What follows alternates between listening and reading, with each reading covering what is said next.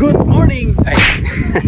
Good afternoon mga kasaksid. At nandito ako ngayon sa lugar kung saan tayo nagpa-demo. At syempre mga kasaksid, binisita ko ngayon yung ating pa-demo, no? Kay dito sa Mangkok, Calasiao, Pangasinan. At ito na po ang itsura niya ngayon mga kasaksid. 52 days na nitong demo natin. At tawa talaga maging maganda ang kanyang magiging resulta, no? Nakaka-excite naman yan dahil ito nagbubuntis na po siya.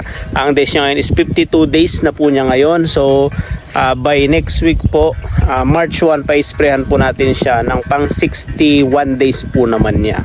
So yun na po yung pagbubuntis ng naman po, timing nun para mas mailabas niya po lalo yung mga palay dito sa niya. So ito po siya mga kasaksid, RC160. Ito na po yung itsura niya ngayon. Wow! Ayan, ito na po yung itsura niya ngayon mga kasaksid, 160. Okay, medyo maliwanag against the light. Ayan, namumunga na rin siya, may mga bunga na siya. At sa kasalukuyan na